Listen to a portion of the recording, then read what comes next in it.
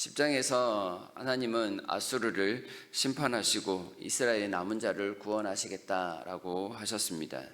11장에 들어와서는 그 이스라엘을 구원할 자가 누구이냐? 그가 바로 메시아인데 이새의 줄기와 가지를 통해서 나타나는 구원자가 될 것임을 이야기합니다. 곧 다윗 왕의 족보에서 메시아이신 구원자가 우리에게 오실 것을 예언하고 있는 내용이라고 말할 수 있겠습니다. 7장부터 11장까지는 북왕국 이스라엘과 아람 연합군이 유다 왕국을 공격하는 그런 역사적 배경을 가지고 계속해서 설명을 합니다. 이 당시에 유다의 왕은 아하스였는데요. 아하스는 하나님을 의지하기보다는 사람을 의지했습니다. 선지자가 그 왕을 찾아가 직접 설득하면서 마음을 돌리기를 구했지만 도무지 듣지를 않았습니다. 듣지 않는 왕을 향해 메시아의 구원이 이와 같을 것입니다 라고 하면서 특별한 징조까지도 이야기해 주었습니다. 그 징조에서 많은 메시아 곧 예수 그리스도에 관련된 예언이 나타났습니다. 동정녀의 탄생, 임마누엘의 하나님, 의와 평강의 왕 등 관련된 많은 일들이 있었죠. 이처럼 메시아는 우리를 구원하실 분이십니다. 외세의 공격으로 인한 위기의 상황에서 등장하여 온전히 이스라엘에게 참된 구원을 선물해 줄 그런 사람입니다. 사람들은 눈앞의 위기만을 바라보며 하나님을 잘 의지하지 않지만 하나님께서는 그럼에도 불구하고 찾아와 구원이라는 놀라운 선물을 주시는 분이심을 우리에게 알려주고 있습니다. 이렇게 하시는 이유는 구원이란 절대적으로 하나님께서 주시는 선물이기 때문임을 알려주고자 하는 것입니다. 사람으로서는 도저히 상상할 수 없는 상황에도 불구하고 하나님을 거부하는 불신 상황에도 불구하고 찾아와 선물하시는 구원이란 사람이 만들어낸 작품이 아니라는 거죠. 하나님이 전적으로 모든 것을 주도하신 하나님께서 행하시는 작품, 곧 로마서 5장의 말씀과 같이 우리가 아직 죄인 되었을 때 찾아와 구원하시는 하나님의 능력이 되는 것입니다.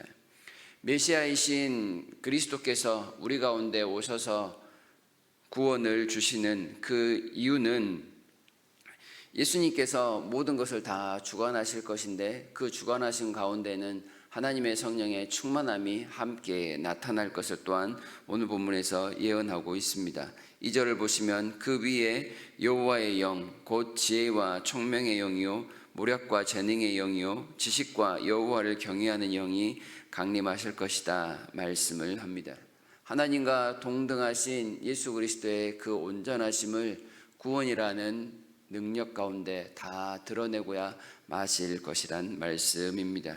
이렇게 예수께서 오셔서 행하시는 그 이유 중에 하나는 여호와를 경외함으로 즐거움을 삼으시기 때문이라고 3절 앞부분에서 설명을 합니다.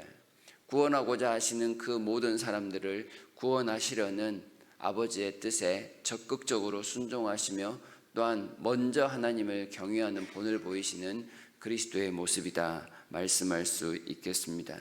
그리고 우리에게 임할 그 구원의 내용이 구체적으로 어떻게 될 것인지 3절 뒷부분 중간 이후부터 5절까지 이야기를 하는데요. 그의 눈에 보이는 대로 심판하지 아니하며 그의 귀에 들리는 대로 판단하지 아니하며 공의로 가난한 자를 심판하며 정직으로 세상의 겸손한 자를 판단할 것이며 그의 입에 막대기로 세상을 치며 그의 입술의 기운으로 악인을 죽일 것이며 공의로 그의 허리띠를 삼으며 성실로 그의 몸의 띠를 삼으리라. 구원이란 하나님의 말씀이 우리 가운데 이처럼 온전히 이루어진 일이 될 것입니다 라고 가르쳐 줍니다. 말씀에 따라 통치하는 그 모습을 예수께서 그리스도께서 나타내십니다. 악한 자는 당연히 심판을 받고 패역한 사람들에게는 징계를 내립니다. 공의와 정의와 성실함이 가득하여 불법이 하나도 없는 그런 사회를 만들어 가겠다 말씀하십니다. 그분이 보여주는 구원 안에서 모든 사람이 참된 안식과 위로와 평안을 누릴 수 있음을 나타내어 주십니다. 그래서 구원이란 단순히 외세의 위협으로부터만 건짐을 받는 것이 아닙니다. 구원이란 그러한 위협이 다시는 발생하지 않도록 하나님의 구원의 은혜 가운데 지속적으로 살아가는 것까지를 포함하는 겁니다. 성경이 교훈과 책망과 바르게 함과 의로 교육하기에 유익하다라고 말씀을 하는 것처럼 한번 경험된 구원을 쭉 이어갈 수 있도록 계속해서 우리와 더불어 살아가는 것, 그것이 바로 구원의 능력이 되는 것입니다. 예수님의 구원이란 그래서 또한 전인격적인 하나님의 도우미요 하나님의 성품을 닮아가는 것이라고 달리 표현할 수가 있을 것입니다. 주님이 우리에게 주시는 구원은 어떠한 위협이나 차별이나 갈등이 없습니다. 이리와 어린 양, 표범과 어린 염소, 송아지와 어린 사자, 암소와 곰이 평화로이 함께 살아갈 정도라고 우리에게 소개해 줍니다. 사자가 풀을 뜯고 젖먹이가 독사 구멍에서 장난치고 어린이가 독사굴에 손을 넣어도 아무런 해함도 없을 아주 이상적인 사회가 나타나겠다 예언하십니다. 그래서 9절에서는 내 거룩한 산 모든 것에서 해됨도 없고 상함도 없을 것이니 이는 물이 바다를 덮음같이 여호와를 아는 지식이 세상에 충만할 것이라고 이야기하고 있습니다. 과연 하나님께서 우리에게 예고하신 그 지상 천국과 같은 모습이 여호와의 구원 가운데 온전히 드러나리라. 그러면서 어디를 가도 하나님을 아는 지식이 충만하여 그 말씀에서 벗어나는 세상이 없을 것임을 알려주고 있습니다. 주 예수 그리스도의 구원 안에서 모든 만물이 하나가 되고야 말 것임을 가르쳐 줍니다. 구원 안에서 각자의 본성마저도 바뀌게 될 것입니다. 그리하여 경쟁 사회가 아닌 더불어 함께하는 사회가 되리라는 그런 뜻이 되겠습니다. 서로를 돕고 위로하며 교제하는 공동체와 같은 모습인 것이죠. 바로 천국의 모습인데 이런 모습이 우리 가운데 부러움으로 다가온다면 이것은 또한 우리가 함께 만들어가야 할 모습이라고 생각해야 할 것입니다.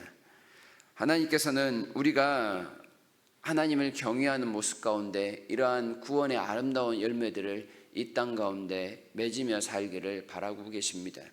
우리가 살아가는 공동체에서 더불어 이 교회당 안에서 모든 사람들의 모습이 갈등과 차별과 위협과 경쟁을 그치고 서로 돕는데 앞장설 수 있도록 먼저 노력해야 함을 말씀하는 거라 하겠습니다. 완벽하진 않지만 그 구원 안에서 우리가 전인격적인 변화를 맛보았으니 당연히 변화된 모습을 살아가는 것이 마땅할 것입니다. 거듭난 삶을 통하여 세상과는 완전히 다른 약육강식과 같은 세상과는 다른 공평하고 평화롭고 의로운 삶을 살아가는 교회의 모습을 통해 사람들에게 이곳이 곧 천국을 맛보는 곳입니다 말할 수 있어야 할 것입니다. 계속해서 우리가 주일마다 사도행전의 말씀을 목사님을 통해 듣고 있는데요, 교회의 본질적인 모습을 또한 듣고 있습니다. 그 교회다움의 모습이 무엇인지 우리의 구원과 연관되어서 생각하는 시간들이 되었으면 좋겠습니다. 하나님께서 우리를 구원하심으로 바라는 사회는 이런 모습입니다를 꿈꾸며 그 구원 안에서 온전히 하나 되고 구원의 하나님을 마음껏 찬송할 수 있는 우리 모두가 되었으면 좋겠습니다. 그리하여 우리의 삶 어느 곳에서나 우리의 교회 어느 구석에서나 여호와를 아는 지식이 충만하여 말씀으로 열매 맺는데 부족함이 없는 하루하루 모든 사람이 되도록 기도했으면 좋겠습니다. 그리고 그 말씀에 따라 풍성한 열매로 인하여 구원의 넘침, 회복과 치유와 은혜가 있는 넉넉한 삶을 살아가는데 하나도 부족함이 없는 우리 모두가 될 수 있기를 또한 축복합니다.